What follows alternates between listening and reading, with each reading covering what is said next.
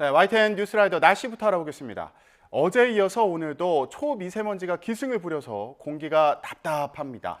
수도권에는 올겨울 들어 처음으로 미세먼지 비상 저감 조치도 내려졌는데요. 자세한 날씨 기상캐스터 연결해서 알아보도록 하겠습니다. 홍나실 캐스터. 네, 상암동 야외 스튜디오에 나와 있습니다. 네, 오늘은 마스크를 꼈네요. 공기가 얼마나 탁한가요? 네, 그렇습니다. 네, 오늘은 정말로 미세먼지 차단용 마스크를 챙겨주셔야겠습니다. 저도 잠시 밖에 서 있었는데 목이 칼칼해져서 바로 미세먼지 차단용 마스크를 챙겼는데요. 현재 서울의 초미세먼지 농도는 평소보다 3, 4배가량 높은 60 마이크로그램을 웃돌고 있습니다. 특히 인천과 경기, 충남 지역에는 초미세먼지 주의보가 발효 중이고요. 서울 등 수도권 지역은 올겨울 처음으로 미세먼지 비상 저감 조치도 내려졌습니다. 당분간 미세먼지 공습은 계속될 것으로 보입니다. 호흡기 건강관리 잘 해주셔야겠습니다. 네, 현재 서울 등 중서부와 그리고 경북 지역을 중심으로 먼지 농도가 짙게 나타나고 있습니다. 오늘 중서부와 전북 지방은 종일 공기가 답답하겠고요. 특히 경기 남부는 오전 한때 먼지 농도가 매우 나쁨 수준까지 치솟겠고 경북과 대구, 광주도 일시적으로 대기질이 탁하겠습니다. 이에 따라 수도권에는 고농도 미세먼지 비상 저감 조치가, 세종에는 예비 저감 조치가 내려졌습니다. 이들 지역은 미세먼지 배출이 많은 사업장과 공사장의 운영 시간이 단축되고요. 공공기관 차량 이부제가 시행됩니다. 또한 비상 저감 조치가 내려진 수도권 지역은 배출가스 5등급 차량의 운행도 제한된다는 점 참고하시기 바랍니다. 당분간 추위 걱정은 없겠습니다. 오늘 아침 서울 기온 영하 1.6도, 대전 영하 2.8도, 광주는 0.1도로 예년보다 1에서 4도가량 높았고요. 낮에도 서울 5도, 광주와 대구 10도까지 올라 예년 기온을 2에서 5도 정도 웃돌겠습니다. 미세먼지는 이번 주말과 휴일 사이 전국 곳곳에 비나 눈이 내리며 점차 해소되겠습니다. 다만 연말 연시 눈비 소식이 있는 만큼 최신 기상 정보를 잘 확인해 주시기 바랍니다. 출근길 미세먼지에 안개까지 뒤엉키며 시야가 답답한 곳이 많습니다. 특히 서해안과 충청, 호남 지역은 시정이 100m가 채 되지 않을 정도로 안개가 자욱하게 꼈는데요. 이들 지역에서는 교통안전에도 주의해 주셔야겠습니다. 지금까지 YTN 홍나진입니다. 어젯밤 70대 운전자가 몰던 승용차가 고속도로를 10km 넘게 역주행하는 아찔한 사고가 났습니다. 휴게소 출구를 착각해서 벌어진 일로 파악됐는데 다행히 더 큰 사고로 이어지진 않았습니다. 김다현 기자가 보도합니다. 고속도로 1차선을 달리고 있는 SUV 차량 앞에 갑자기 비상등을 켠 승용차 한 대가 나타납니다. 마주오는 두 차량의 거리가 좁혀지며 정면 충돌하기 직전 SUV 차량이 간신히 차선을 바꿔 아슬아슬하게 비껴갑니다. 어제 저녁 7시 50분쯤 순천 완주고속도로 완주 방향에서 승용차가 역주행을 한 겁니다. 점점씩 다가오는 게 보이더니 이제 옆에 차량이 놀래서 제 앞으로 훅 지나가고 많이 당황했죠. 신고를 받고 출동한 경찰이 10여 분 만에 승용차를 붙잡았는데 이미 12km나 거꾸로 달린 뒤였습니다. 77살 남성 운전자는 휴게소에서 나올 때 길을 잘못 들었다고 경찰에 진술했습니다. 대형 사고로 이어지진 않았지만 역주행 차량과 부딪힌 차량 2대는 사이드미러가 파손되는 등 피해 신고도 잇따랐습니다. 철제 울타리 한쪽이 뚫려 있고 구부러진 철판 아래엔 승용차가 들어가 있습니다. 어제 오후 6시쯤 인천 가좌동에서 70대 남성이 몰던 승용차가 후진하다가 그대로 주유소로 돌진한 겁니다. 차에 치인 30대 여성은 병원 치료를 받았는데 생명에는 지장이 없는 것으로 전해졌습니다. 비슷한 시각 서울 전농동에 있는 여인숙 객실에서 불이 났습니다. 20분 만에 불은 꺼졌지만 방 안에서 60대 남성이 숨진 채 발견됐습니다. 소방당국은 전기장판에서 불이 시작된 것으로 보고 있는데 경찰은 화재가 남성의 사망 원인과 연관이 있는지 들여다보고 있습니다. YTN 김다현입니다. 배우 이선균 씨가 어제 갑작스럽게 세상을 떠난 가운데 영화와 방송업계는 모든 행사와 일정을 중단하며 고인에 대한 애도를 표했습니다. 방송계 동료들도 추모의 메시지를 보내며 안타까움을 전했습니다. 차정은 기자입니다. 배우 이선균 씨는 40대에 비로소 월드스타 반열에 오른 입지전적인 인물이었습니다. 20대 긴 무명 시절을 거쳐 30대 드라마 파스타, 골든타임 등으로 주목을 받은 뒤 꾸준한 성실함으로 일궈낸 성과였습니다. 특히 올해 5월에는 그가 주연한 영화 2편이 동시에 칸 국제영화제에 초청받는 영광을 누려 배우 인생 정점에 올랐다는 평가를 받았습니다. 하지만 지난 10월 마약 판문에 휩쓸렸고 2달 만에 세상을 등지고 떠났습니다. 갑작스러운 비보에 영화 방송업계도 모든 행사와 일정을 중단하고 애도를 표했습니다. 영화 서울의 봄 출연 배우들은 1000만 영화 달성 기념 관객들과의 만남을 급히 취소했고 방영을 앞둔 드라마 홍보사 측도 제작 발표의 일정을 미뤘습니다. SNS에서도 연예계 안팎의 추모 목소리가 이어졌습니다. 소설 파친코를 집필한 이민진 작가는 영화 기생충, 드라마 나의 아저씨 등을 언급하며 그가 작품에서 보여준 창조적인 재능과 함께 기억되길 바란다고 애도했습니다. 배우 수연 씨와 방송인 장성규 씨 등도 검은색 화면과 함께 애석하고 안타까운 마음을 표했습니다. 소속사 측은 비통하고 참담한 심정이라며 고인의 마지막 길이 억울하지 않도록 억측이나 허위사실 유포, 악의성 보도는 자제해달라고 당부했습니다. 안방극장과 스크린을 넘나들며 커리어의 정점에 섰던 이 씨는 연기 인생 24년 만에 안타까운 마침표를 찍었습니다. YTN 차종은입니다. 고 이성균 씨의 빈소에는 이 씨의 죽음을 애도하는 영화계와 방송계 동료들의 발길이 늦은 밤까지 이어졌습니다. 서울 종로구 서울대병원 장례식장에 마련된 빈소에는 이성균 씨의 아내 배우 전예진 씨가 상주로 빈소를 지킨 가운데 유족과 소속사 직원들이 조문객을 맞았습니다. 배우 조정석, 조진웅, 이성민, 하정우, 정우성, 이정재 씨 등을 비롯해 변영주, 이창동, 이원석 감독 등도 빈소를 찾아 고인의 마지막 길을 애도했습니다. 주요 해외 언론들도 배우 이성균 씨의 사망 소식을 긴급히 타전했습니다. 로이터, AP통신 등 주요 외신은 한국 경찰 당국과 국내 언론을 인용해 이 씨가 서울의 한 공원에서 숨진 채 발견됐다고 보도했습니다. 외신들은 이 씨가 대표작 기생충을 비롯한 다양한 작품에서 넓은 연기 스펙트럼으로 주목받았다고 소개했습니다. 또 영국 BBC 방송은 이 씨의 마약 투약 혐의 조사에 대한 대중의 관심이 뜨거웠고 그 과정에서 명예가 크게 실추됐다고 지적했습니다. 고 이성균 씨를 협박해 수천만 원을 뜯어낸 혐의를 받는 여성이 구속영장 심사에 별다른 이유 없이 출석하지 않았다가 경찰에 붙잡혔습니다. 인천경찰청 광역수사대는 어제 공갈 등의 혐의를 받는 20대 여성 A씨를 강제 구인했습니다. A씨는 어제 인천지방법원에서 예정되어 있던 구속심사에 별다른 사유를 밝히지 않은 채 나타나지 않았습니다. 고 이성균 씨는 마약 투약 혐의로 3차례 경찰 조사를 받았는데요. 혐의를 줄곧 부인해온 이 씨는 억울함을 호소하며 최근 거짓말 탐지기 조사를 요청하기도 했습니다. 경찰이 물증도 없이 반복된 공개 소환으로 무리한 수사를 진행했다는 지적을 피할 수 없게 됐습니다. 이어서 우종은 기자가 보도합니다. 배우 이성균 씨는 마약 투약 혐의로 지난 10월부터 3차례 경찰 조사를 받았습니다.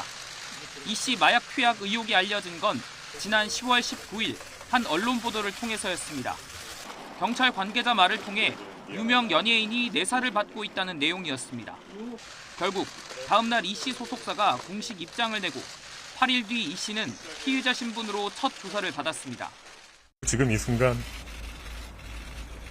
너무 힘든 고통을 감내하고 있는 가족들에게 미안한 마음입니다.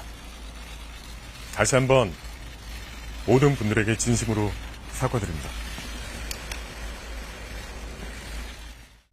일주일 뒤 두 번째 조사가 이루어졌고 경찰은 3시간 동안 진행된 조사에서 마약 투약 여부를 집중 추궁했습니다. 오늘 조사에서 마약 투약 혐의 인정하셨나요? 예, 그것 또한 다 솔직하게 제가 기억하고 있는 거 다 사실대로 다 말씀드렸습니다. 마약 간이시약 검사와 국립과학수사연구원 정밀검사에서 잇따라 음성이 나오면서 조사가 거듭될수록 경찰 수사에 대한 의구심도 커져갔습니다. 무엇보다 뚜렷한 구체적 증거도 없이 연예인들에 대한 줄 소환에 나서면서 무리한 수사를 강행한다는 비난도 이어졌습니다. 심지어 경찰 고위 관계자는 죽이 될지 밥이 될지 모르는 상황인데 불에 안 치기도 전에 알려졌다며 별다른 성과가 없음을 내비치기도 했습니다. 이 씨가 숨지기 나흘 전 경찰은 송치 여부를 결정하기 전 마지막 소환으로 알려진 3차 조사를 19시간 동안 이어갔습니다. 줄곧 혐의를 부인한 이 씨는 경찰에 거짓말 탐지기 조사도 요청했습니다. 수사가 유흥업소 실장 김모 씨 진술에만 의존해 억울한 측면이 있다는 것이었습니다. 오늘 조사 성실히 임했고요. 이제 앞으로 경찰에서 저와 공갈범들 사이에 어느 쪽이 진술의 신빙성이 있는지 잘 판단해 주시기를 부탁드리겠습니다. 앞서 함께 수사선상에 올랐던 가수 지드래곤 권지용 씨는 마약 투약 혐의 입증에 실패하고 불송치 결정이 내려졌습니다.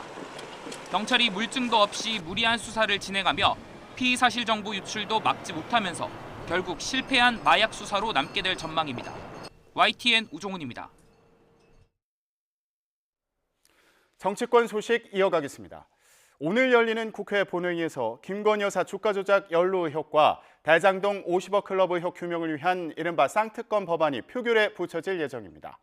국민의힘은 총선용 악법이라며 수용 불가 방침을 고수하고 있지만 국회법상 신속 처리 안건으로 지정된 법안은 본회의에 부의된 지 60일이 지나면 자동 상정되는 만큼 표결을 막기는 어려울 것으로 보입니다.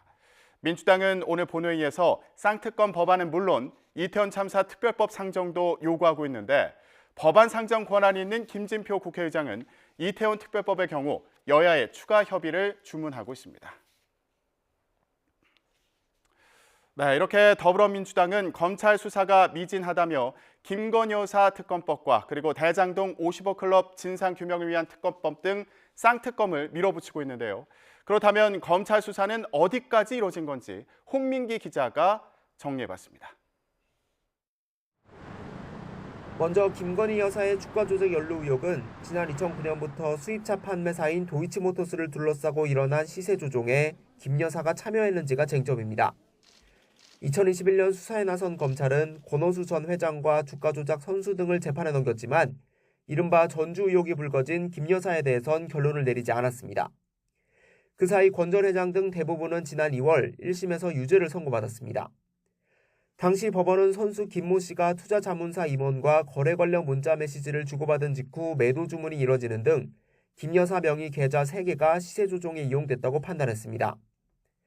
다만 검찰이 기소한 다른 전주에 대해 1심은 일부 거래가 우연히 통정매매로 분류됐을 뿐 시세 조종 목적은 없었던 걸로 보인다며 무죄를 선고했습니다. 주가 조작 공범임을 입증하려면 우연이 아닌 시세 조종임을 알면서도 돈을 댔다는 점이 확인돼야 한다는 겁니다. 검찰은 김 여사를 한 차례 서면 조사했지만 김 여사는 통정매매가 아니었다는 입장을 밝힌 것으로 전해졌습니다.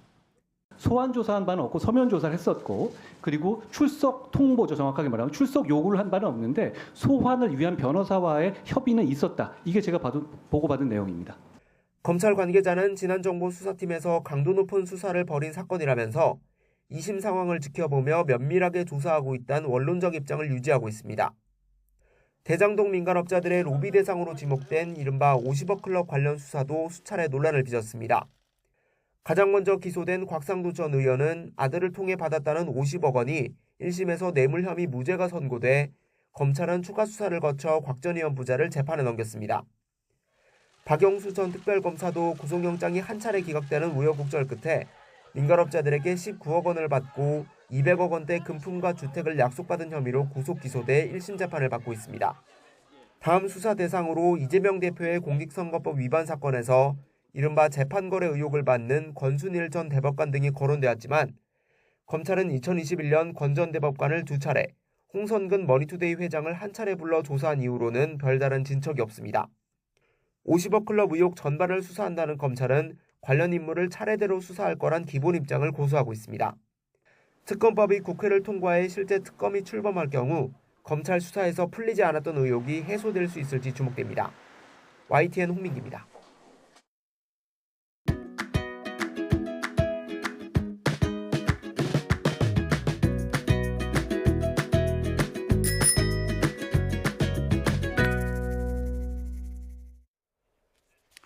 국민의힘의 한동훈 비대위원장은 이르면 오늘 민주당 이재명 대표를 예방할 것으로 보입니다. 그런데 두 사람 만나기 전부터 날선 비판을 주고받고 있는데요. 들어보시죠. 그동안에 저는 일방적으로 민주당에게 질문만 받아왔잖아요. 오늘은 제가 하나 물어보겠습니다. 민주당은 검사를 그렇게 싫어하면서 왜 검사도 아니고 검사 사칭한 분을 절대존엄으로 모시는 건지 저는 묻고 싶습니다. 정권을 견제하는 것은 그리고 감시하는 것은 야당의 몫입니다. 여당이 야당을 견제하고 야당을 감시하는 것이 아닙니다. 여당이 집권당이라는 사실을 잊지 마시기 바랍니다. 민주당이 쌍특검 법안 처리를 예고한 가운데 두 사람 사이의 긴장감도 커지는 것으로 보이죠. 그런 만큼 이번 만남이 여야 협치에 물꼬를 트는 계기가 될지는 좀 더 지켜봐야겠네요. 네, 이런 가운데 어제 탈당과 신당 창당을 선언한 이준석 전 국민의힘 대표 기자회견 장소도 관심을 모았습니다. 상계동에 있는 한 갈비집인데요. 자, 이곳을 기자회견 장소로 고른 게 고 노회찬 정의당 의원이 과거 거대 양당 체제를 갈아야 한다며 주장했던 불판론을 의식한 거 아니냐는 해석이 나옵니다. 이 전 대표는 노 의원을 떠올리며 울컥하기도 했는데요. 어제 기자회견 현장으로 가보시죠. 판 간다고 해서 다른 판 갖고 왔는데 보니까 한 2, 3년 된 중고판이어가지고 예, 제가 오늘 이 숯불갈비집을 고르니까 어떤 분들은 해석을 과도하게 하셔가지고 혹시 예전에 불판 갈아야 된다로 오늘 이야기하셨던 고 노회찬 전 의원을 생각하면서 한 게 아니냐라는 이야기 하던데요. 꿈보다 해몽이 좋다고 참 좋은 해석인 것 같습니다. 제가 함께 할 수 있는 스펙트럼은 노회찬의 정의당까지입니다. 그렇기 때문에 저는 이 상계동에서 그 정치하셨던 읽을 때 눈물 안 나서 노회찬 의원 때문에 눈물 나겠는데 근데 제 선배이기도 한 노회찬 의원이 하고자 했던 노동의 가치까지는 제가 하는 정당에 당연히 편입시킬 생각이 있고요. 그런 의미에서 다양한 스펙트럼과 함께하겠다. 이 전 대표는 또 앞으로 자신만의 넥스트 스텝을 걷겠다 이렇게 얘기했는데요. 넥스트 스텝은 스티브 잡스가 애플에서 쫓겨난 뒤에 개발한 운영체제 이름이기도 합니다. 혁신의 상징 스티브 잡스의 자신을 빗대서 X세대 한동훈 비대위원장보다 더 젊은 이미지, 미래를 상징하려는 의도 아니냐는 분석도 나오고 있습니다. 자연의 섭리가 무서운 것은 이것이 거부할 수 없는 미래라는 점에 있습니다. 눈은 항상 녹습니다. 그래서 봄은 항상 옵니다. 보름달은 항상 집니다. 그리고 초승달은 항상 차오릅니다. 내가 최초 제보자다. 2년 전 대선 당시 대장동 의혹을 처음 언론에 제보한 인물이 이렇게 카메라 앞에 섰습니다. 바로 이낙연 전 대표의 최측근인 남평호 전 국무총리실 민정실장입니다. 지금은 이낙연계 싱크탱크인 연대와 공생 부이사장인 남 전 실장은 대선 당시에는 이낙연 캠프 종합상황실장을 맡았습니다. 남 전 실장은 지난 2021년 대장동 원주민의 제보를 받은 뒤에 자료를 확보해서 분석했고 위법 상황이 발견돼서 언론에 제보했다고 밝혔는데요. 하지만 이낙연 전 대표에게는 대장동 의혹이나 언론 제보 사실을 보고하지 않았다며 선을 그었습니다. 제가 밝힌 것처럼 최초 제보한 내용은 음모나 기획에 의한 것이 아니라 제가 지어낸 창조가 아니라 모두 공개된 자료를 분석한 결과일 뿐입니다. 제가 제보자라고 밝히게 된 것은 정치가 부정과 부패와 함께할 수 없다는 양심의 반려였습니다. 지난주에 이 본인이 어느 언론 방송에서 제보자를 파악해 보겠다 해서 저한테 물어보길래 제가 제보를 한 당사자고 이 사실대로 밝히겠다 이렇게 했더니 사실대로 밝히라고 얘기하셨습니다. 어떤 범죄 행위가 대선 패배의 원인이 됐을지언정 이 범죄를 제보한 사람이 대선 패배 원인을 제공했다 이것은 잘못된 왜곡된 논리라고 생각합니다. 당원 게시판에는 이렇게 이낙연 전 대표를 징계하고 출당시키라는 등 비판이 잇따르고 있는데요. 당내 분열이 더 심해질 것으로 보입니다. 하지만 이재명 대표는 이낙연 전 대표와 함께 해야 한다는 입장인데요. 지금 만나지를 못하기 때문에 제가 전화도 드리고 문자도 드리고 했는데 지금 연락을 주시겠다고는 합니다. 기다리고 있는 중이고 할 수 있는 모든 길을 열어놓고 또 대화하고 또 함께 가야 되겠죠. 남평호 전 실장은 자신의 고백이 신당과는 무관하다고 강조했지만 일부에서는 이낙연 전 대표가 민주당과 사실상 결별을 선언한 거 아니냐 이런 시각도 있는데요. 이런 가운데 이재명 대표는 오늘 정세균 전 총리와 오찬을 합니다. 이선 후퇴 등 당내 혁신 요구에 이 대표가 어떤 입장을 밝힐지 주목됩니다. 지금까지 전국 브리핑이었습니다.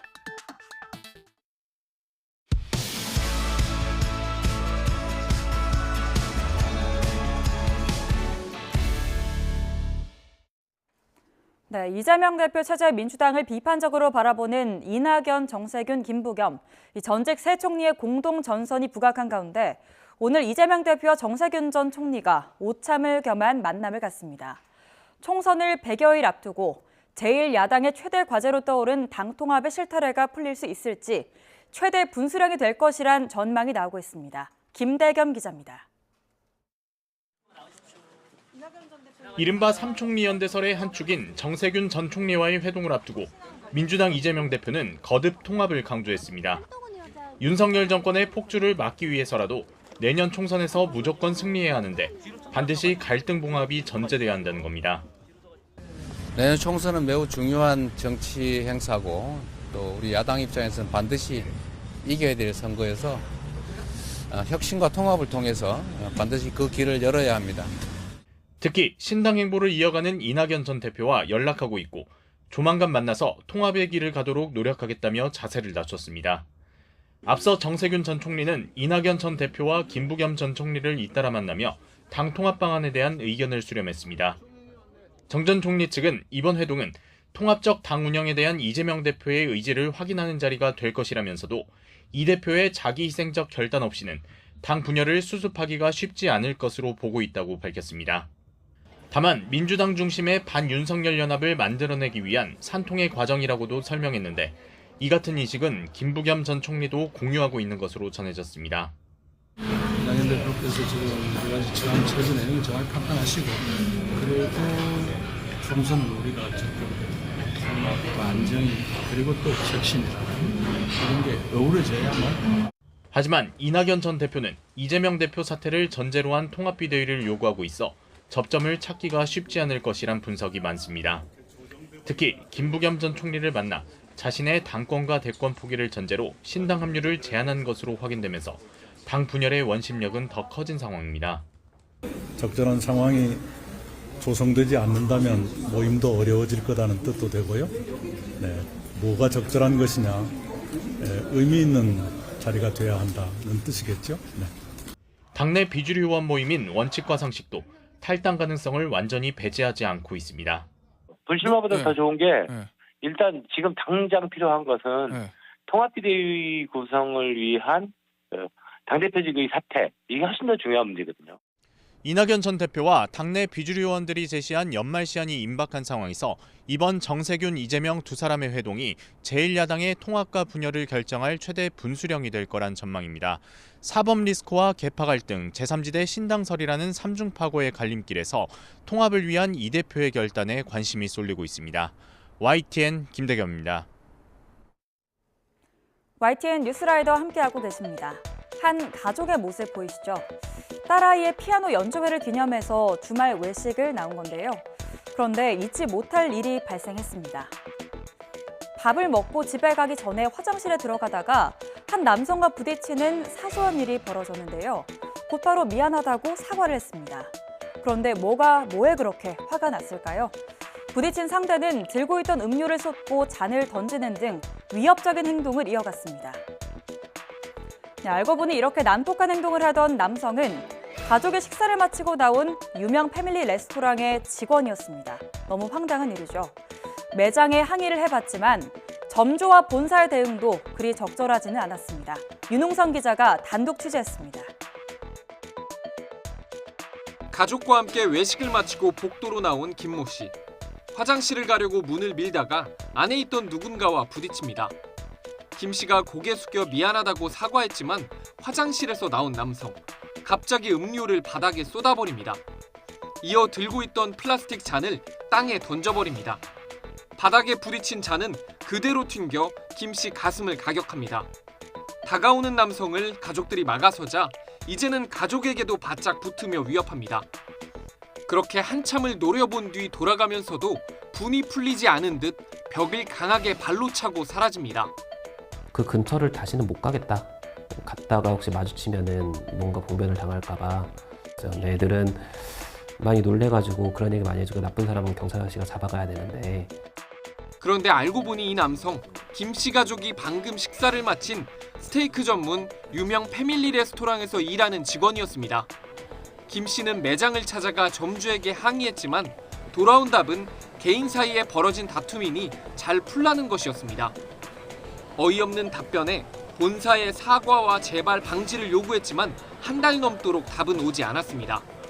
그러다 YTN 취재가 시작된 뒤에야 본사는 뒤늦게 사과하겠다며 피해자에게 연락했습니다.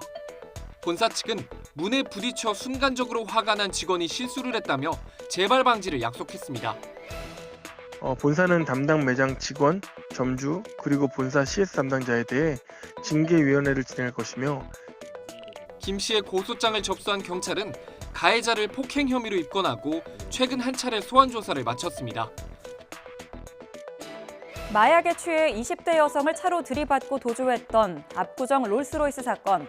이 운전자에게 프로포폴 등 마약류 약물을 처방한 성형외과 의사가 결국 구속됐습니다. 그런데요, 이 의사가 수면 마취 상태인 여성 환자들을 성폭행하고 불법 촬영을 한 정황까지 수사 과정에서 추가로 드러났습니다. 김다현 기자가 보도합니다. 마약류 불법 처방한 혐의 심사에서 인정하셨습니까? 사고 뒤 기록 삭제하신 거 맞나요? 죄책감은 안 느끼시나요? 죄송합니다. 죄송합니다. 법원은 염 씨가 증거를 없앨 우려가 크다며 구속영장을 발부했습니다. 그동안 염 씨가 허위 진료 기록을 작성하고 또 이를 무단으로 삭제한 점이 고려됐을 거로 보입니다. 염 씨는 마약류 관리법 위반뿐만 아니라 성범죄 혐의도 받고 있습니다. 경찰이 염 씨의 휴대전화를 분석해보니 수면 마취 상태인 여성 환자 10여 명을 성폭행하고 불법 촬영한 정황이 발견된 겁니다. 지난 10월엔 의사 면허가 정지된 뒤에도 서울 시내의 다른 병원에서 진료를 계속하는 등 무면허 의료 행위도 한 거로 조사됐습니다. 압구정역 인근 모 성형외과 의사에 대하여는 치료 목적이 없음에도 신 씨에게 마약류를 투약한 마약류 관리법 위반, 진료기록부에 치료 목적 및 마약류 처방이나 투약과 관련하여 허위 기재를 한 의료법 위반 혐의로 고소를 하는 취지이고, 피해자 측은 구속된 염 씨의 업무상 과실치사 혐의가 짙다며 엄정한 수사를 촉구하고 있습니다. 네, 어제 국민건강보험공단이 4대 사회보험료의 고액 상습 체납자 14,000여 명을 공개했습니다. 이 명단에 우리에게 익숙한 인물들도 포함되는데요. 누가 체납자 명단에 올랐는지 함께 보시죠. 평소에 재력을 과시하는 노래 가사를 많이 담아온 래퍼 도끼 씨, 그리고 배우 김혜선 씨와 안재모 씨 등이 이름을 올렸습니다. 유명인들을 포함해서 어제 명단에 오른 분들 각자의 사정이 있겠죠. 하지만 국민 건강과 의료 서비스를 책임지는 공단도 건실하게 운영이 돼야 다른 국민들이 마음 편하게 병원, 의원을 이용할 수가 있습니다. 그 돈 허투루 쓰일 일은 없으니까요. 더 밀리지 말고 하루빨리 납부하시죠. 조용성 기자가 전해드립니다. 5년 전 가족의 채무와 관련한 이른바 비투 논란이 일자 밥값밖에 안 되는 돈이라던 래퍼 도끼. 내 한 달 밥값밖에 안 되는 돈인데 그거 가지고 뭐 그 당시에 그거를 빌리고 잠적을 해서 우리 삶이 나아졌겠어요? SNS로 돈 자랑을 해왔지만 세금 3억 원을 안 내 최근 국세청이 공개한 데 이어 건강보험료 2,200만 원도 체납한 것으로 확인됐습니다. 배우 김혜선 씨는 4년 동안 2,700만 원을 안 내고 버틴 것으로 드러났고 배우 안재모 씨도 2년 전 공개된 1,700만 원 체납액이 그대로 남아 있습니다. 건강보험공단이 건강보험과 국민연금, 고용산재보험 등 고액의 사회보험료를 상습적으로 체납한 14,000여 명을 추가로 공개했습니다. 체납액은 3,700억 원이고 10억 이상 체납한 사람은 10명이 이릅니다. 기존에 밝혔던 이름과 나이, 주소, 체납액에 더해 개인을 특정할 수 있도록 직종이 추가됐습니다. 작년보다 15% 안팎으로 사람 수와 총액이 줄었지만 과거에 이미 공개된 명단은 제외한 영향이 큽니다. 이분들에 대해서 최대한 사전 급여 제한이라든가 압류, 공매 이런 어떤 강도 높은 징수를 추진해서 이 사례보험료 체납액 감축을 위해서 적극 노력하겠습니다. 인적사항이 공개된 사람은 병원과 의원을 이용할 때 건강보험 혜택을 받을 수 없어서 진료비 전액을 본인이 부담해야 합니다. 건강보험료의 경우 일부라도 납부해 체납액을 1,000만 원 이하로 낮추면 명단에서 삭제됩니다. 네, 매주 목요일 주요 사건 사고를 범죄학의 관점으로 해석합니다. 오윤성 순천향대 경찰행정학과 교수와 함께 이야기 나눠보겠습니다. 어서 오세요. 네, 안녕하세요. 네, 오늘은 어제 전해진 충격적인 소식에 대한 이야기부터 해보도록 하겠습니다. 배우 이선균 씨가 숨진 채 발견됐습니다. 마약 투약 혐의 관련해서 보도가 나오고 경찰 수사 시작된 지 약 2달 만이죠? 예, 그렇습니다. 지금 이제 경찰이 연예인 마약 수사와 관련돼서 내사를 시작을 한 것이 지난 9월이었어요. 예. 그러다가 이제 10월 19일 날 톱스타에 대한 그 마약 수사 내사가 있다라고 하는 그 언론 보도가 있었고요. 그리고 이제 10월 20일 날 이성균 씨 측에서 2명에 대해서 협박 공갈 혐의로 고소를 했습니다. 그리고 이제 10월 23일 날 이성균 씨는 피의자 신분으로 전환을 해서 10월 28일 날 1차 소환 조사를 받았고요. 그 당시에 간이 검사에서는 음성이 나왔고 또 이제 11월 4일 날 2차 소환 때에는 자기는 그 마약인 줄 모르고 먹었다 이렇게 진술을 했었고요. 그리고 이제 지난번에 3차 소환 그 조사인 12월 23일에 23일 날부터 해서 24일 날 새벽까지 19시간 강도 높은 그 수사를 받았죠. 그러다가 10월 27일 날 아내를 향해서 이것밖에 방법이 없다, 어쩔 수 없다라고 하는 이런 그 메모 형식의 유서를 남기고 집을 나갔다라고 해가지고 바로 이제 그 어제 오전 10시 12분에 매니저로부터 경찰에 112 신고가 됐고요. 경찰은 이제 위치 추적을 통해서 바로 10시 30분에 종로구 와룡공원 인근 노상 주차장에서 그 차 안에서 이성균 씨를 발견한 그런 안타까운 사건입니다. 예, 조사가 시작된 지 69일 정도 만에 이제 극단적인 선택을 한 건데요. 수사 이제 내용과 또 진술 내용을 한번 짚어보도록 하겠습니다. 일단 3차 소환 조사 당시에 19시간 조사를 받고 귀가를 했는데요. 그 당시 3차 조사 핵심 내용이 뭐였습니까? 지금 이제 이성균 씨 변호인 측에서는 뭐라고 얘기를 하고 있냐면 이번에 3차 조사에서의 핵심 내용은 공갈범의 일방적인 진술에 대해서 과연 그것이 맞는지에 대한 그 조사였다. 실제로 어떤 대질 조사 형태를 띠고 있었다라고 하는 건데요. 조사를 통해서 이 공갈범이 주장하는 그 내용이 너무나 이제 그 어처구니 없는 그런 내용이다라고 하는 것을 본인들이 인지를 했다라고 하기 때문에 이것에 있어서 이 그 조사의 핵심은 과연 이 그 이성균 씨가 주장을 하는 것 같이 이 마약이라고 하는 것을 알고 본인이 흡입을 했냐 아니면은 그것을 수면제로 알고 흡입을 했느냐라고 하는 것이 가장 핵심적인 그런 내용이었겠죠. 예, 그러면 이제 엊그제죠 26일에는 어떤 이제 보도에 따르면 이성균 씨가 마약 투약 의혹 관련해서 결정적인 진술을 했다. 또 이런 보도가 나오기도 했습니다. 네, 이제 그게 그 지금 이미 구속된 그 유흥업소 실장이 얘기를 하는 것은 이성균 씨에 대해서 그 케타민이라고 하는 것에 대해서 얘기를 했더니 그것에 대해서 상당히 궁금하다라고 해서 구해주고 그것을 흡입하는 것을 그것을 빨대를 이용해서 흡입하는 것을 봤다 이렇게 얘기를 했단 말이죠. 그런데 이제 이성균 씨 같은 경우는 5번이 아니고 그것은 4번 만났고 1번 정도는 나는 그것이 실제로 수면제인 줄 알고 이렇게 했다라고 하는 이 사실이 뭐 언론에서 보도가 됐죠. 예, 그래서 이제 그것이 좀 상당히 여러 가지 논란을 일으키고 있습니다. 그러면 이성균 씨 주장은 이제 무언가 흡입을 했지만 마약인 줄 몰랐다는 취지로 이야기를 했기 때문에 고의성을 부인을 한 거죠. 그렇습니다. 예, 그러면 이성균 씨 마약 투약 의혹에 대해서 지금까지 그럼 정확히 드러난 건 어떤 게 있습니까? 일단은 이제 정확하게 드러난 것은 물증이 없는 상태죠. 예. 왜 그러냐면 간이 검사에서도 이제 음성이 나왔고, 그리고 이제 1차 정밀 검사에서도, 그리고 이제 채모와 관련된 것도 음성이 나와서 예. 아직까지는 정확하게 그 어떤 진술만 있을 뿐이지 그 이성균 씨가 마약을 투약을 했다라고 하는 그런 과학적인 증거는 나와 있지 않습니다. 예, 3차 조사를 마치고 이성균 씨가 나오면서 공개적으로 이제 진술에 대한 공갈범과 진술의 신빙성을 따져달라면서 억울함을 호소를 했습니다. 그리고 변호인을 통해서 거짓말 탐지기 조사까지 요청을 했다고 하더라고요. 네, 그렇습니다. 그게 왜 그러냐면 예. 이성균 씨 입장에서는 너무 억울하다.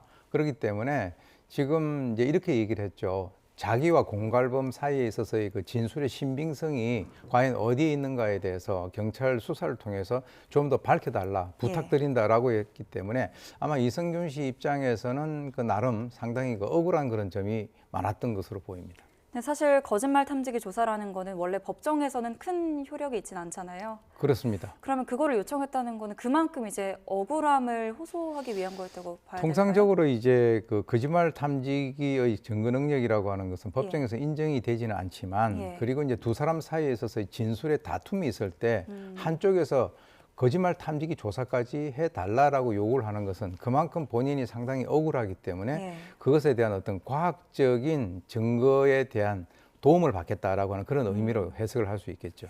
네, 그렇게 억울함을 호소하면서 추가 조사 의지까지 어떻게 보면 보였다고 할 수 있겠는데 그럼에도 이제 극단적인 선택을 한 이유는 어디에 있다고 볼 수 있을까요? 일단 이제 우리가 그 24일 날 그 3차 소환 조사 끝났지 않습니까? 예. 그리고 이제 26일 날 집을 나가기 전까지 그 상황에서 어떤 일이 있었냐 하는 것을 따져볼 필요가 있는데요.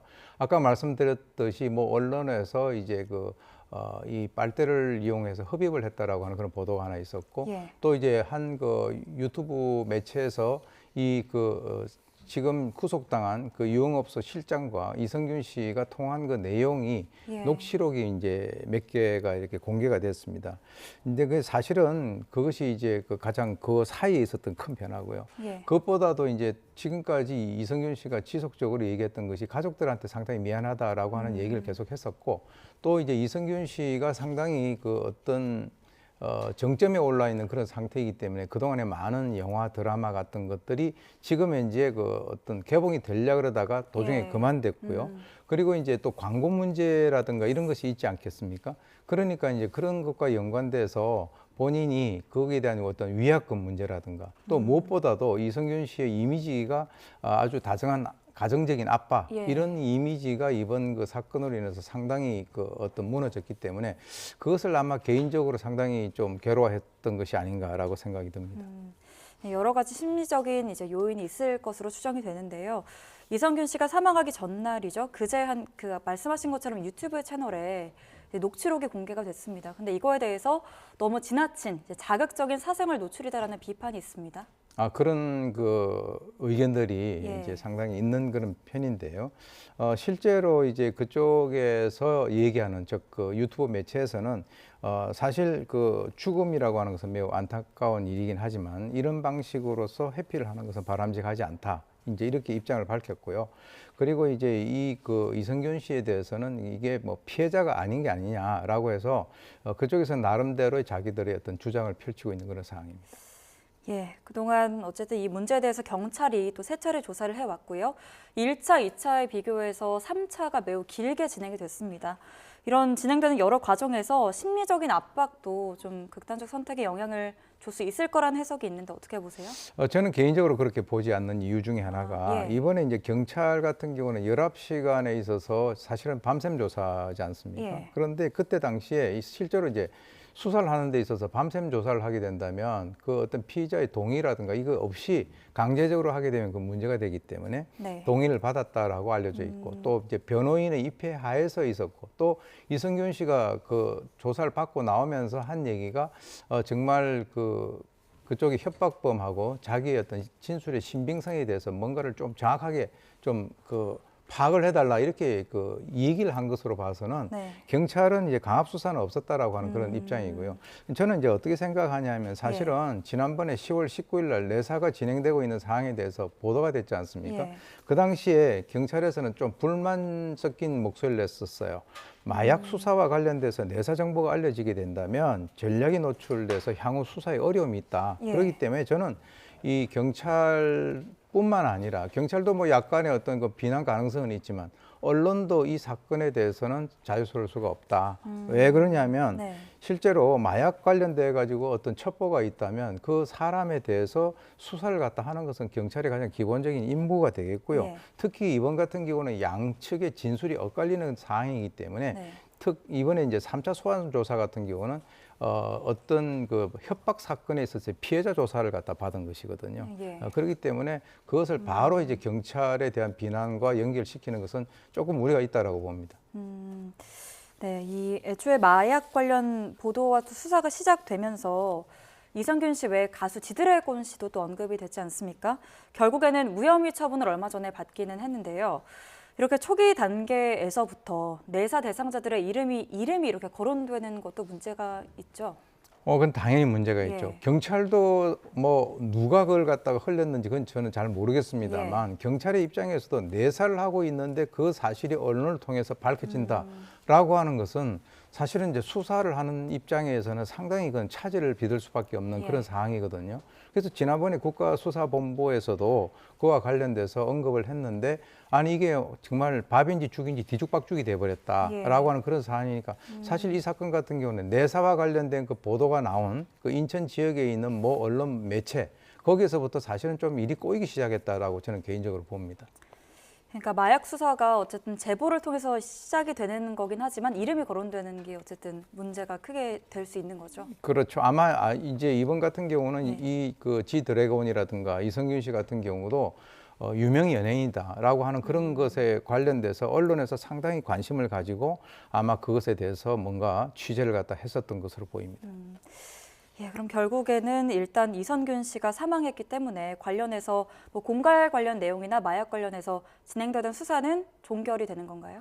일단 이제 이성균 씨가 이제 사망을 했기 때문에 이제 그 지금 공소권 없음, 즉 다시 말해서 사망을 했기 때문에 기소를 할 수가 없는 그런 상황이잖아요. 그러니까 수사의 그 실익이 없다라고 판단했기 때문에 그건 당연히 공소권 없음으로 종결되는 것은 사실입니다만 지금까지 이성균 씨를 협박을 했었던 그 공갈 협박에 관련된 수사 그리고 이제 그 마약 수사와 관련돼서 관련돼 있는 다른 사람들에 대한 수사는 이러한 이성균 씨의 상황과 상관없이 수사가 진행되는 것으로 그렇게 알고 있습니다. 예, 그 유흥업소 실장의 주장에 따르면 그 김 씨를 누군가 협박을 해왔고 그래서 이제 이성균 씨와 그 사람이 투약 사실을 알고 있으니 돈을 달라는 내용이었지 않습니까? 그런데 협박범이 이제 검거가 됐는데 유흥업소 실장의 윗집에 살던 사람이었다고 하더라고요.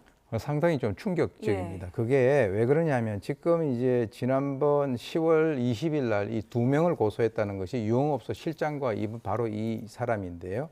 이 사람이 어떻게 보면은 이성균 씨하고 이 김 씨와의 관계 그리고 출입 관계 뭐 마약 투약 뭐 이런 등등을 가지고 지속적으로 협박을 한 것으로 그렇게 보입니다. 그래서 이 사람 같은 경우는 실제로 그동안에 연예인 마약 사건으로 해서 수사를 하는 그 10명 대상에 포함이 안 돼 있었다는 거죠. 그런데 어떻게 우리가 상식적으로 한 사람이 윗집에 산다고 해서 그 아랫집에서 일어나는 사실에 대해서 다 알고 있다라고 하는 것은 이해할 수가 없는 그 사항이 아니겠습니까? 그래서 어떻게 그 구체적으로 그 내용에 대해서 알 수 있었는지 글쎄요. 지금 이제 제가 봤을 때는 이거는 제 개인적인 추정이긴 합니다만 유흥업소 김 씨라고 하는 그 사람이 좀 이렇게 그 사람하고 평소에 친분이 있지 않았는가.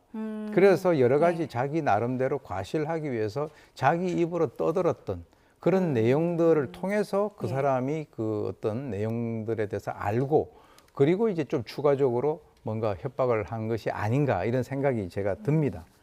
예, 그럼 이 협박범이 유흥업소 실장에 어느 정도 가까운 사이였을 수도 있고 가까이 지냈던 사람인데 이제 위치적으로도 그런데 이게 2달여 만에 잡힌 데는 이렇게 오래 걸린 이유가 있을까요? 메신저 추적이 어려웠던 건지. 그것은 이제 이 유흥업소 김 실장이 예. 자기는 텔레그램이라고 하는 그런 것을 통해서 어떤 접촉을 했기 때문에 그 사람이 전혀 누군지 모른다라고 이렇게 진술을 해왔었거든요. 네. 결국은 이제 경찰이 수사를 통해서 과연 그 텔레그램으로 이 그 유흥업소 김 실장을 협박한 그 사람이 누군가에 대해서 수사를 하는 데 있어서 여러 가지 좀 시간이 소요가 된 것으로 보입니다.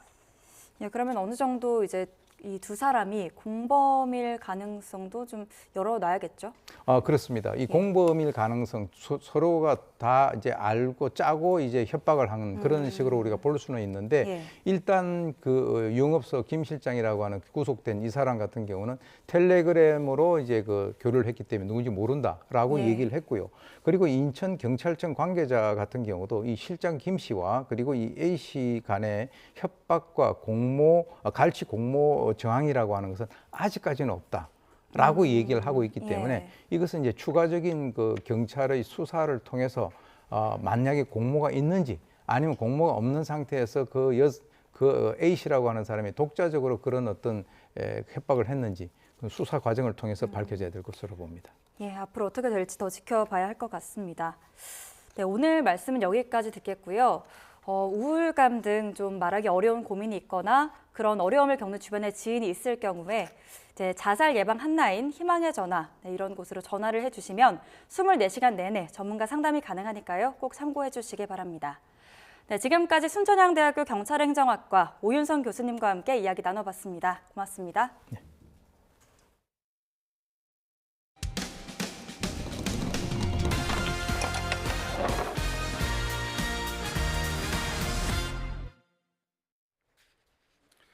주택 공사 현장의 인력난이 심각하다 보니까 공사 기간을 맞추지 못해서 시공사와 시행사, 입주 예정자 사이에 분쟁이 생기고 있습니다.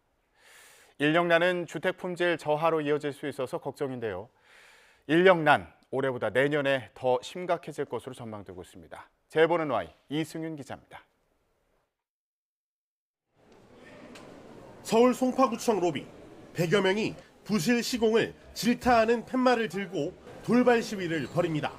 120여 가구 규모의 서울 방이동 주거용 오피스텔 입주 예정자들입니다. 이들은 시공 품질이 엉망이라며 구청 측에 준공을 내주지 말라고 요구합니다. 시행사, 시공사 측과 만난 자리에서도 부실 시공을 주장하며 안전을 우려합니다. 지금 볼을 측면을 그라인더로 갈았어요. 이 갈다 보니까 이런 철근이 안에 철근이 지금 노출되었고 또 보의 두께가 줄어들었어요. 이래서 구조적으로 좀 불안전하고 위험하다.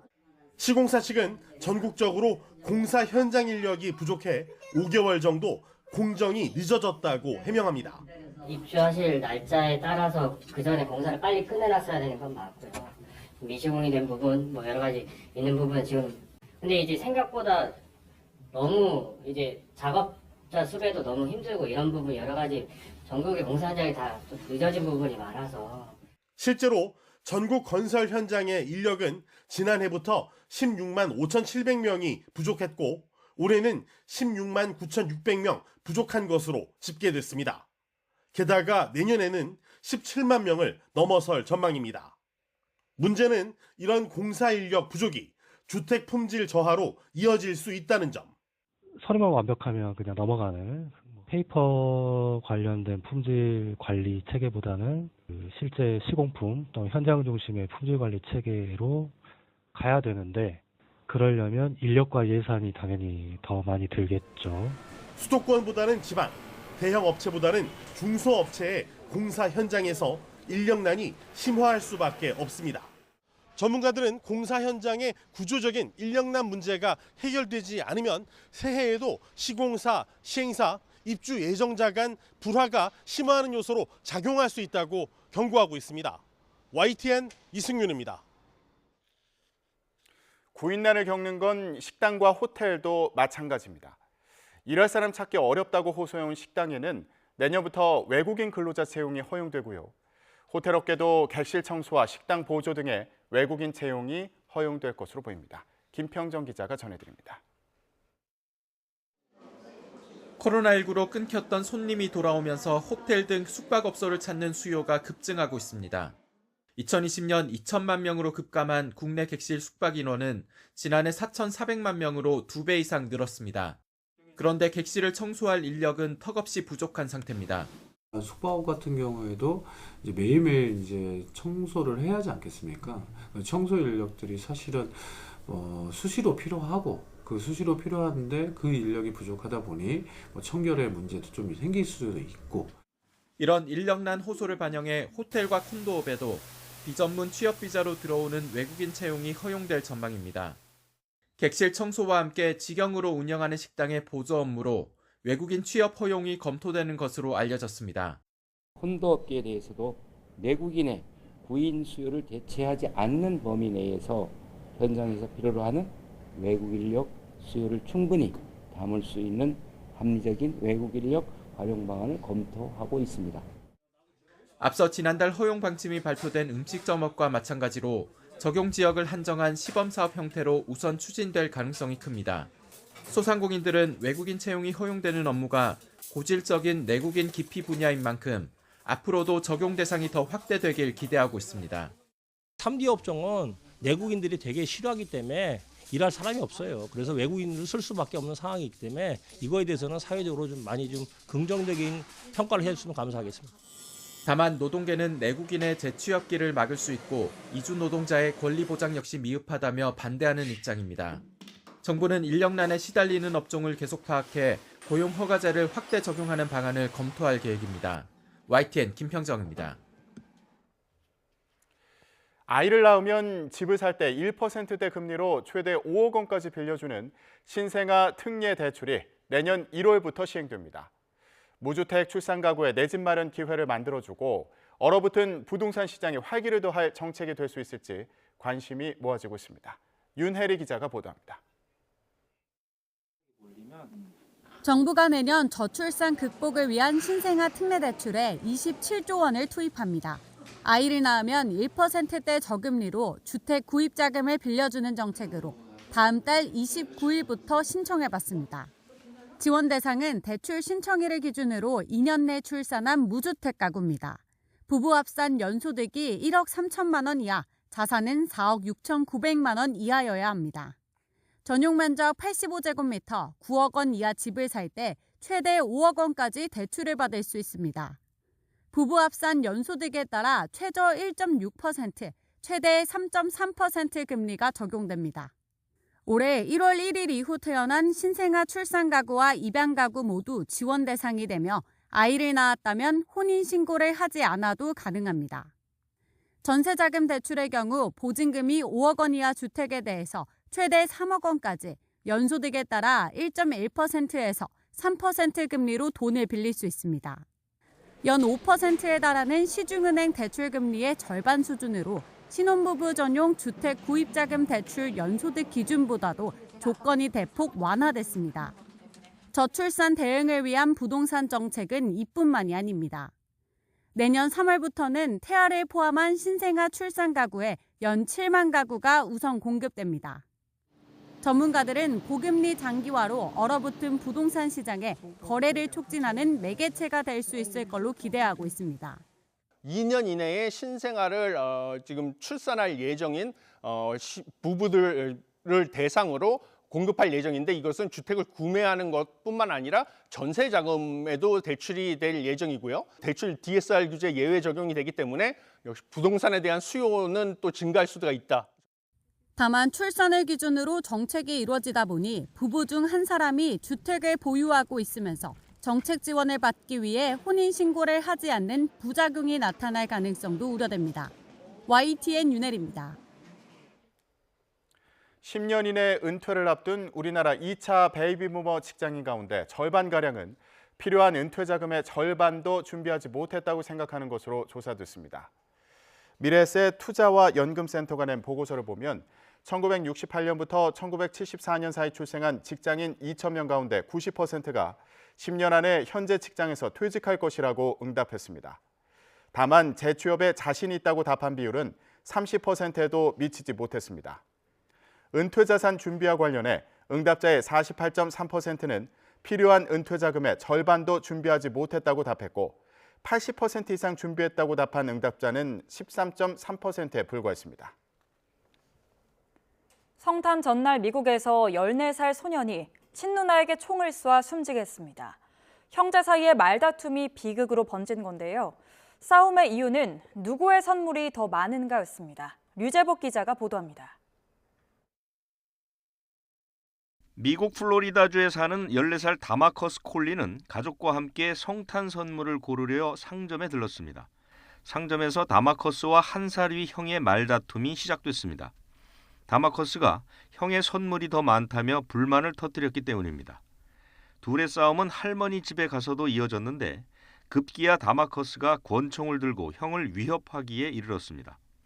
가족에 의해 쫓겨난 다마커스는 집 밖에 있던 누나와 또다시 말다툼을 벌이다가 총을 쏘고 말았습니다. 총격 당시 누나는 태어난 지 11달 된 아기를 안고 있었습니다. 총소리를 듣고 나온 형은 동생에게 총을 쏜 뒤 달아났습니다. They get upset. They don't know how to handle stuff, so they just take out their guns and start shooting each other. And one of them kills his sister, who's a mom to a 10-month or 11-month-old baby and a 6-year-old boy. 가슴에 총을 맞은 누나는 폐 손상과 출혈로 숨졌습니다. 역시 총을 맞은 동생은 수술을 받았고 생명에는 지장이 없는 것으로 알려졌습니다.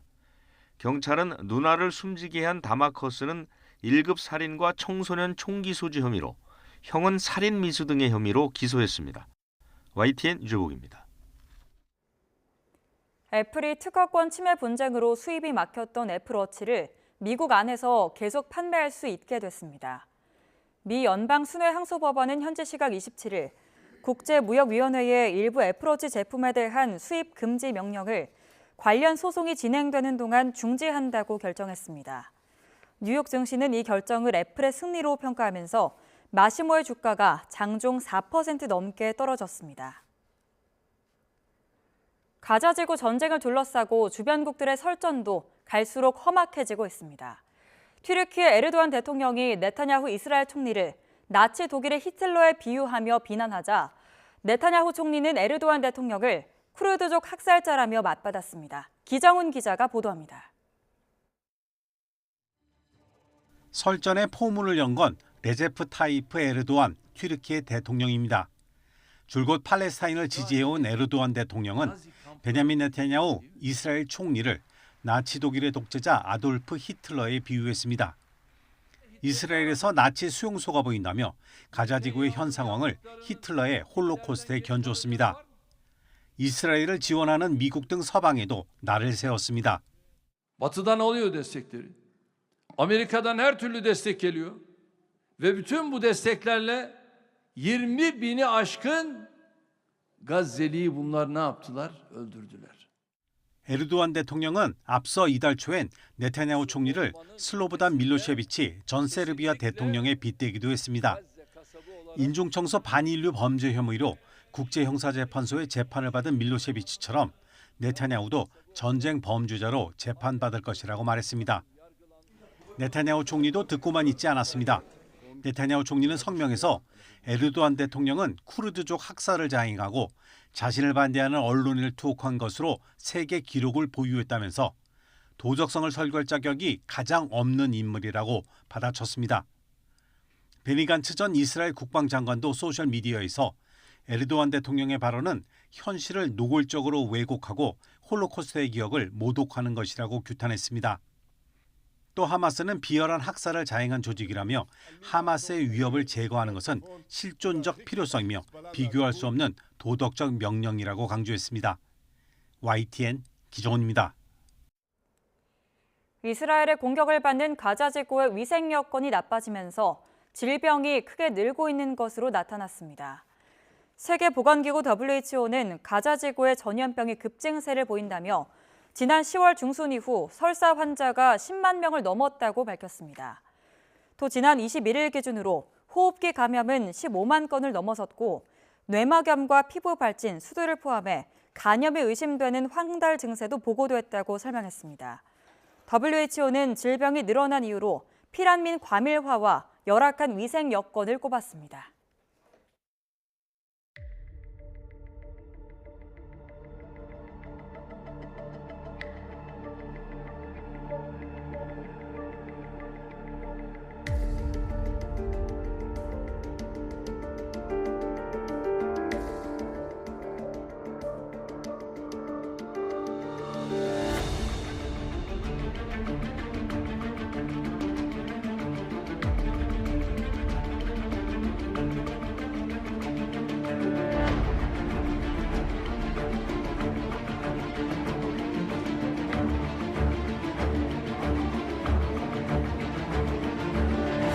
얼마나 많은 증거 목록이 판결문에 있는지 한번 직접 꼭 읽어보시기를 권해드립니다.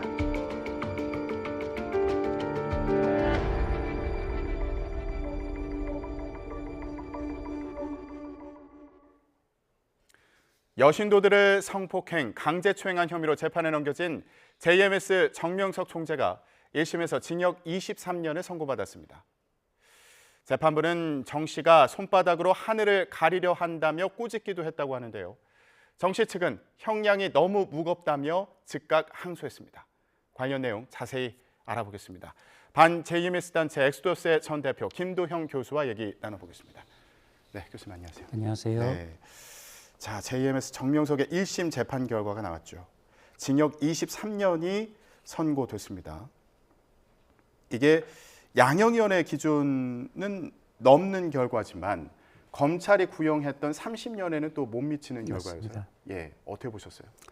선고 나기 전에 제가 피해자들과 한번 얘기를 해봤습니다. 그때 이제 피해자들과 저가 얘기를 했던 게 징역 20년 이하가 만약에 선고된다면은 이거는 정말 이상한 나라다.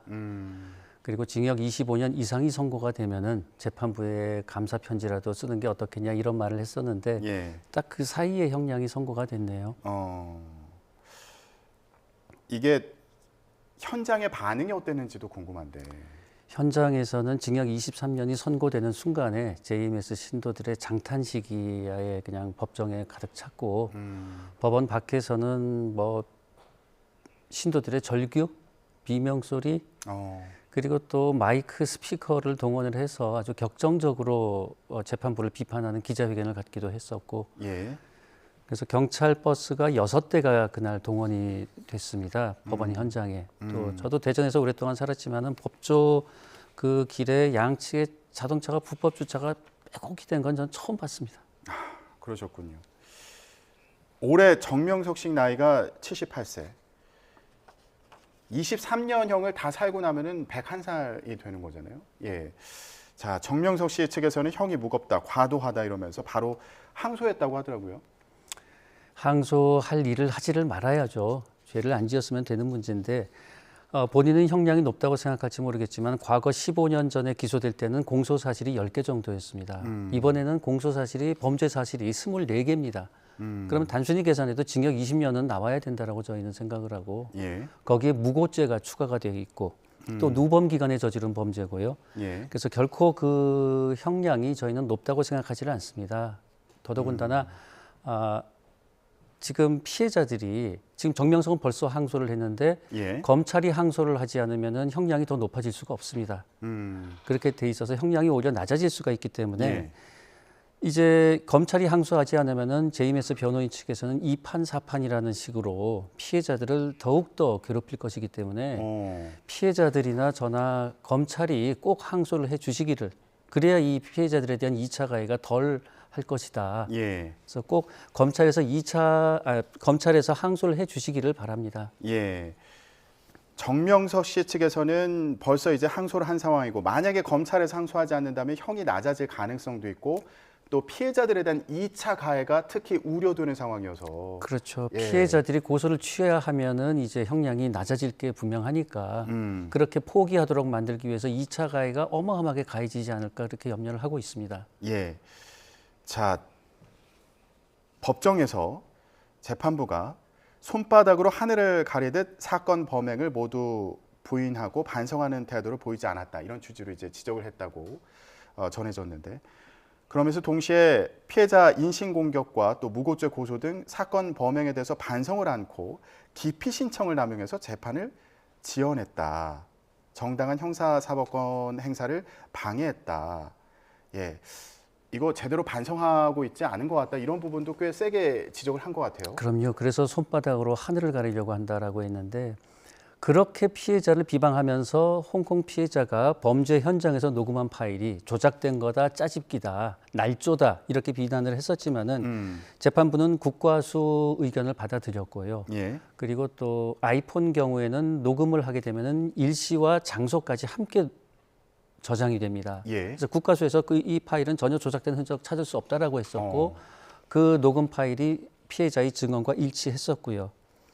특히 호주 피해자와 홍콩 피해자 같은 경우에는 그 정명석의 범죄 현장을 목격한 증인이 3명인가 4명이 직접 법원에 출석을 했습니다.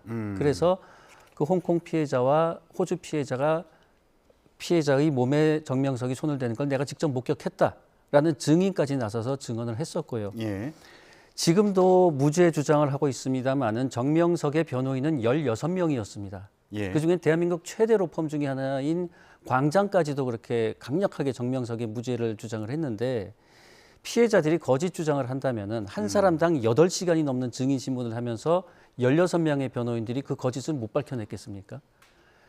너무나 명백한 증거가 많은데도 피해자들 비난하니까 재판부에서도 손바닥으로 하늘을 가리려고 한다라는 말씀까지 한 거라고 생각이 됩니다. 예, 녹음 파일 말씀을 해주셨는데 그 녹음 파일이 피해자들이 성범죄 현장에서 녹음했던 파일을 말씀하시는 거예요? 예, 그 현장에서 녹음한 파일이고 정명석의 아주 음란한 그런 표현이 정명석의 목소리로 그대로 녹음돼 있었고 다큐멘터리에 나왔던 그렇습니다. 그런 음성 파일들을 말씀하시는 그래서 재판에서 그 녹음 파일을 검증할 때 정명석도 이게 내 목소리 맞다라는 걸 인정을 했습니다. 예. 그리고 변호인들도 딱히 그 파일에 어떤 문제점이 있다라는 것도 지적도 못했고요. 예.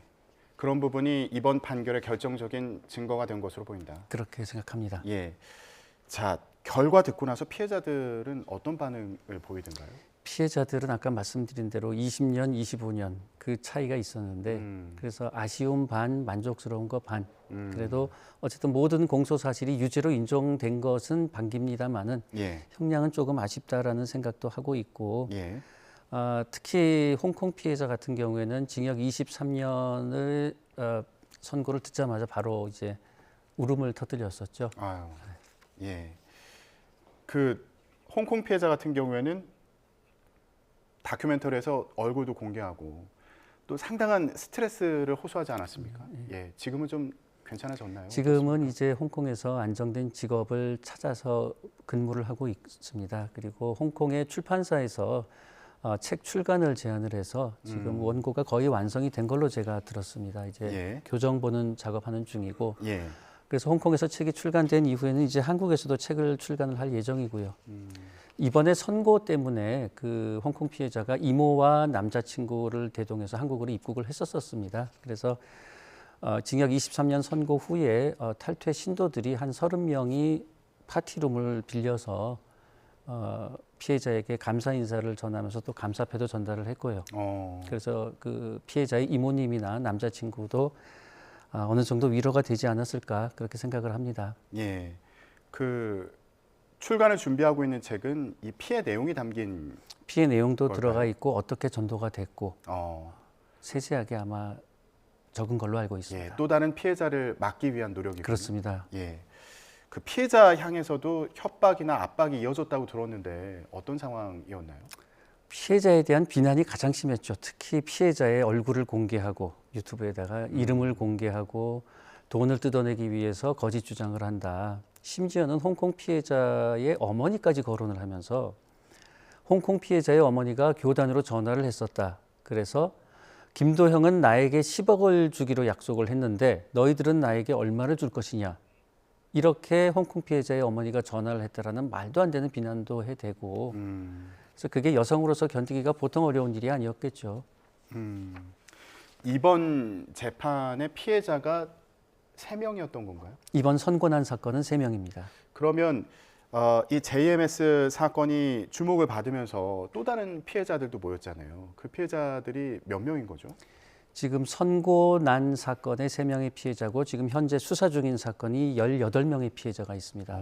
이건 지금 수사가 진행 중인가요? 수사 진행 중이고요. 그중에 3명은 이제 최근에 검찰로 송치가 됐습니다. 그런데 이 3명의 피해자의 피해 사실도 굉장히 중해서 지금 선고받은 범죄가 23개인가 4개인가 그런데 예.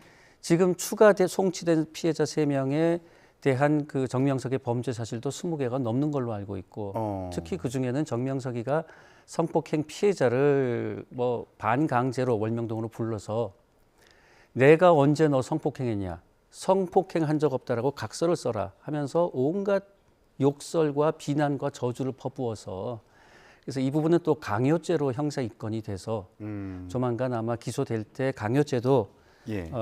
강요죄명으로도 기소가 되리라고 예상을 하고 있습니다. 이 피해자들 중에 미성년자들도 포함이 되어 있는 거죠? 이번에 송치된 사건에는 미성년자가 없고요. 아직 그 송치되지 아니한 사건에는 미성년자 시절에 피해를 입은 피해자가 3명이 있습니다. 그 송치된 사건 같은 경우에 피해자들이 어떤 피해를 호소하고 있습니까? 아까 말씀드린 것처럼 직장을 찾아가기도 하고요. 찾아가서 쉽게 가는 방법 없겠냐. 너 굳이 고소를 하게 되면 너 법원에 증인으로 나와야 되고 예. 몇 년 동안 시달려야 되는데 그럴 필요 없지 않냐. 쉽게 갈 수 있는 방법을 찾아보자. 한마디로 피해 배상할 테니까 고소 취소해달라는 말이죠. 예. 그리고 또 그 어머니를 찾아가서 당신 딸이 성폭행 당했는데 고소하지 말아달라. 이런 말을 그 부모에게도 해대니 참 이 사람이 할 짓인가 싶습니다. 성범죄에 대한 그 피해를 호소하는 목소리도 계속 이어지고 있는 거고요. 그렇습니다. 혹시 계속 이제 언론 인터뷰를 하고 계신데 지금 상황에서도 피해자들이 계속 연락이 오나요? 다른 추가적인 피해자들이요? 지금 저하고 연락하는 피해자들 중에서 고소할 마음이 없는 피해자가 거의 10명 가까이가 됩니다. 그런데 이분들은 이제 제가 가슴 아픈 얘기 중에 하나가 어느 피해자가 저에게 이렇게 말을 하더라고요. 그쪽 JMS 집단이 나로 하여금 아무것도 가진 게 없는 사람으로 만들어줘서 이제 나는 내 삶을 다시 찾아가기가 너무 바쁘다.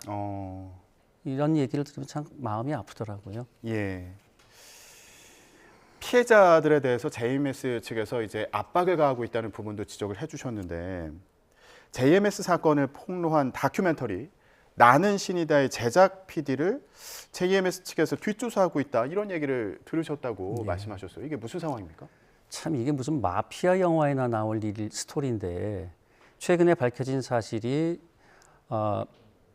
남양주에 있는 새벽별 교회라는 JMS 교회의 어느 장로가 교단 간부인데 이 장로가 심부름센터에다가 의뢰를 했습니다. 그 의뢰 내용은 나는 신이다를 제작한 조성현 PD에 대해서 조사해달라. 그리고 지금 정명석을 수사하고 있는 충남경찰청의 수사팀장을 뒷조사를 해달라. 경찰을 뒷조사해달라. 경찰 수사관 팀장님을 예. 뒷조사를 해달라고 의뢰를 한 것이 밝혀졌는데 예. 과거에도 보면은 이 JMS 집단에서 저희 아버지를 테러하고 저희 동료들을 테러를 할 때 범인들의 수첩을 보면 저의 가족들, 온 가족들 주민번호, 휴대전화번호, 집 주소, 직장, 자동차 번호가 전부 적혀 있었거든요. 그래서 지금 이 사람들이 조성현 PD님이나 또 수사팀장님에 대한 뒷조사를 의뢰한 것은 또다시 테러라든가 이런 무슨 무지막지한 짓을 하려고 지금 기획하고 있는 것이 아닌가. 그리고 드러난 것만 이 정도라면은 드러나지 않은 물밑에서 지금 또 다른 고소인들도 뒷조사를 하고 있을 것이고 심지어는 수사 검사님 뒷조사하지 않고 있다라고 보장 못할 것이고 이제 항소심 재판이 다시 시작될 텐데 고등법원 재판부에 대해서도 또다시 뒷조사도 하지 않으리란 법이 없지 않겠습니까? 우연히 드러난 것만 이번 케이스니까요. 예. 그래서 이 집단의 반사회적인 행동에 대해서 우리 사회가 철저히 감시를 해야 되지 않을까 싶습니다. 이번 사안 같은 경우에는 경찰에서도 파악을 하고 조사를 하고 있는 상황입니다. 이번에 분명히 그 사실관계를 파악을 했습니다. 충남경찰청에서. 경찰에서도 JMS 측에서 그 PD님과 그리고 경찰 팀장을 뒷조사 의뢰를 했다라는 거 분명히 파악한 상황입니다. 그렇군요.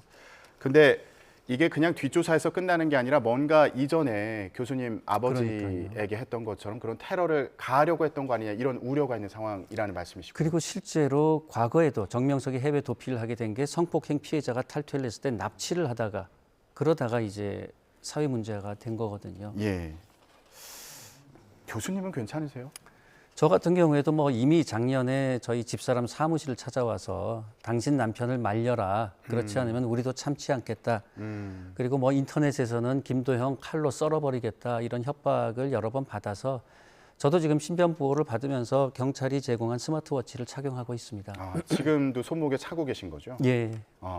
지금 저희가 보여드리는 저 사진이 교수님이 학교로 찾아가서 1인 시위를 벌이는 예, 단국대학교 사진입니까? 천안 캠퍼스 정문에서 한 몇 달 동안 JMS 여신도들이 릴레이 1인 시위 매일마다 저런 시위를 했었습니다. 지금은 뭐 학교로 찾아오거나 대자보를 붙이거나 이런 일은 없나요? 그런 일은 없는데 자꾸 총장님이나 뭐 교육부 대통령실에다가 김도영 교수를 잘라라라는 진정을 하고 있습니다. 아, 심리적으로 좀 압박을 느끼진 않으세요? 전혀 안 느낀다면 거짓말이겠죠. 이게 피해가 없도록 조치가 잘 이루어지기를 바라고요. 그리고 다른 피해자분들에게도 이런 압박이 갈까 봐 많이 좀 우려되는 상황입니다. 이전에 저희 인터뷰하실 때 JMS에서 성폭력 피해자에게 현금 따봐주면서 합의를 했다 이렇게 말씀하시면서 당시 영상을 공개하기도 하셨는데 그 이후에 또 JMS 측에서는 이거 아니다, 조작이다 뭐 이렇게 또 주장을 했다고요? 그 사람들의 상투적인 방법이죠. 들통나면 부인하고 조작이다 이렇게 얘기를 하는데 그 합의서는 JMS 교단 본부의 금고에 보관돼 있었습니다. 그러다가 이제 검찰이 압수수색을 하는 과정에서 그 합의서가 확보가 됐었고 제가 YTN의 저번 방송에 출연해서 합의서를 공개를 하고 또 현금 다발을 공개를 하고 나니까 이 사람들 주장이 뭐냐면은 정명석이 감옥에 있으니까 감옥에서 합의를 할 수는 없지 않습니까? 그러니까 정명석의 형사사건 변호를 맡고 있는 변호인이 정명석의 대리인이 돼서 합의서를 작성을 했습니다. 그런데 지금 와서 주장은 그 변호사가 정명석으로부터 정당한 위임도 받지 않고 독단적으로 합의를 한 것이다라는 주장을 하는데 그렇다면 그 문서가 왜 교단본부 금고에 들어가 있겠습니까? 그리고 그 현금 6억 원은 6천만 원도 아니고 현금 6억 원이 어디서 나온 돈인지 한번 그 사람들한테 되묻고 싶습니다. 그 사람들의 상투적인 수법이죠. 무조건 부인하는 거. 예, JMS 측에서는 이번 판결에 대해서도 신도들이 믿지 않는다 이런 반응을 보이고 있는 상황인 거잖아요. 뭐 대규모 집회를 연다거나 법정 앞에서도 이제 집회를 벌였다고 말씀하셨는데 오히려 이전보다 더 활발하게 활동하고 있다. 예, 이렇게 말씀하셨더라고요. 그 지금 아마 유튜브 보시는 모든 분들이 JMS 광고를 아마 다 보실 거예요. 그래서 유튜브를 통해서 광고를 하고 선고 난 직후부터 당장 이제 그 JMS 신도들 대화방에다가 단체 대화방에다가 저와 피해자들을 비방하는 자료를 벌써부터 뿌리기 시작하고 있는데 예. 이제 얘네들이 어떤 방향으로 또 무슨 짓을 할지 지켜봐야 될 것 같습니다. 이게 유튜브에서 영상을 보더라도 JMS라고 써 있지는 않을 것 같은데요. 기독교 복음 선교회라고 이제 얘기를 하고 있는데 시청자 여러분들께서 기독교 복음 선교회라는 단어를 분명히 기억을 좀 해주셨으면 하는 부탁을 드리고 싶습니다. JMS라는 단어는 쓰지 않고 기독교 복음 선교회라는 단어는 쓴다는 말씀이시죠? 그 이름을 쓴다는 거죠? 예, 쓰고 있습니다. 그 선교 활동도 하잖아요. 이게 뭐 차이점이 있습니까? 구분할 수 있는 방법이 전혀 있나요? 없습니다. 그 외형상으로는 일반 교회와 완전히 동일하고요. 또 이 사람들이 포교 활동을 할 때 자기들이 JMS라는 거는 완전히 숨겨버리기 때문에 참 방법이 없습니다. 자기들의 정체를 숨기고 포교를 하기 때문에. 예. 이전에 인터뷰할 때 말씀해 주신 게 그 교회 같은 경우에는 정명석 그 필체로 적은 그 간판이 붙어 있다 이런 특징을 설명해 주셨는데 이게 논란이 되고 나서 또 바뀌었을 수도 있잖아요. 전부 다 간판 다 뗐죠. 정명석 글씨체는. 아 그렇군요. 그러면은 외형적으로는 알아차릴 수 있는 방법이 지금은 없다고 전무합니다. 합니다. 그런데 기독교 복음 선교회라는 이름을 쓰는지는 잘 봐야겠군요. 기독교 복음 선교회라는 것도 그 교회 간판에는 없고요. 교회 간판에는 무슨 정통 교단인 것처럼 무슨 장로교, 무슨 감리교 이렇게 사칭을 하고 있기 때문에 예. 더더욱이 외형상으로는 그 교회의 실체를 파악하기가 불가능합니다. 아 그러면은 구분할 수 있는 방법은 지금 특별히 이제는 없습니다. 아 그렇군요. 정명석 씨가 징역형을 받았지만 JMS 교회는 계속 이어지는 거 아닙니까? 동생이 뒤를 잇는다고 들었는데 어떤 상황인가요? 그래서 과거에는 그래도 서울대 출신의 변호사의 신학대학을 졸업한 사람이 이제 공식적인 기독교 복음 선교회 대표였는데 지금은 이제 정명석 친동생으로 대표가 바뀌었는데 아마 재산 관리하려고 하는 게 아닌가. 과거에도 문제화 되면은 정명석 형제들이 교단에 관여를 했었는데 예. 이제 아주 노골적으로 그냥 대표 자리를 맡고 시작을 하고 있네요, 이제. 아, 정명석 씨가 사라져도 JMS는 위험하다 이렇게 보시는 건가요? 지금까지 해온 행태들이 그렇지 않겠습니까? 성폭행 피해자가 탈퇴를 하면 그 피해자를 다시 납치를 하고 은밀하게 뒷조사를 해서 잠복해서 테러를 하고 그 테러한 범인들이 징역을 살고 나오면 지금도 목사님 하면서 그 안에서 대접을 해주고 있고 그 테러범은 지금도 당당하게 내가 김도영 아버지를 손봐줬다 이렇게 간증처럼 자랑을 하고 다니는 단체거든요. 예. 그래서 이런 단체를 정상적인 단체라고 생각할 사람은 아마 아무도 없지 않을까 그렇게 생각합니다. 지금 가장 필요하다고 생각하시는 건 정명석 씨에 대해서 1심에서 징역 23년형이 선고가 됐지만 정명석 씨 측에서 바로 항소를 했고 검찰에서도 항소를 해줘야 된다. 이 부분을 가장 강조하고 싶은 건가요? 가장 중요하고 또 피해자 보호에 대해서도 필요하다고 저는 생각을 합니다. 예, 알겠습니다. 앞으로 어떻게 진행되는지 계속 지켜보도록 하겠습니다. 지금까지 반 JMS 단체 엑소더스의 전 대표 김도영 교수와 함께 얘기 나눴습니다. 고맙습니다. 감사합니다. 대기가 정체되면서 계속해서 미세먼지가 쌓여가고 있습니다. 오늘 얼마나 공기가 탁한지 눈과 코가 답답할 정도고요. 저도 자꾸 재채기가 나와서 이렇게 마스크를 찾아 착용했습니다. 현재 서울 등 중서부와 그리고 경북 지역을 중심으로 대기질이 탁한 상황입니다. 서울의 초미세먼지 농도는 평소에 3배에서 4배가량 높은 60 마이크로그램을 웃돌고 있는데요. 특히 서울 등 수도권 지역에는 올겨울 들어 처음으로 미세먼지 비상 저감 조치도 내려졌습니다. 주말까지 미세먼지 공습은 계속되겠습니다. 외출하실 때 KF80 이상의 마스크 착용해 주시고요. 외출 후에는 손을 깨끗하게 씻는 등 개인 위생 관리도 철저하게 해주시기 바랍니다. 네, 오늘은 중서부와 전북 지역을 중심으로 종일 공기가 답답하겠습니다. 특히 인천과 경기, 충남 지역에는 초미세먼지 주의보까지 발령되는데요. 수도권 지역에는 고농도 미세먼지 비상 저감 조치가, 세종에는 예비 저감 조치도 내려졌습니다. 이들 지역은 미세먼지 배출이 많은 사업장과 공사장의 운영 시간이 단축되고 공공기관 차량 이부제가 시행됩니다. 또한 비상 저감 조치가 내려진 수도권 지역은 배출가스 5등급 차량의 운행도 제한된다는 점 참고하시기 바랍니다. 당분간 큰 추위는 없겠습니다. 오늘 서울 낮 기온 5도, 광주와 대구 10도까지 올라 예년 기온을 2에서 5도 정도 웃돌겠습니다. 미세먼지는 이번 주말과 휴일 사이 전국 곳곳에 비나 눈이 내리며 점차 해소되겠습니다. 다만 연말연시에 눈비 소식이 있는 만큼 최신 기상 정보를 잘 확인해 주시기 바랍니다. 오늘 아침 충청과 호남을 중심으로 가시거리 200m 미만의 짙은 안개가 꼈었습니다. 오늘 오전까지 이들 지역에는 먼지와 또 안개가 뒤엉켜서 시야가 답답할 수 있으니까요. 교통안전에 각별히 주의해 주셔야겠습니다. 지금까지 YTN 홍나실입니다. 네, 오늘 호흡기 관리 잘 하셔야겠습니다. 저희는 여기서 인사드리겠습니다. 내일 뵙겠습니다. 고맙습니다.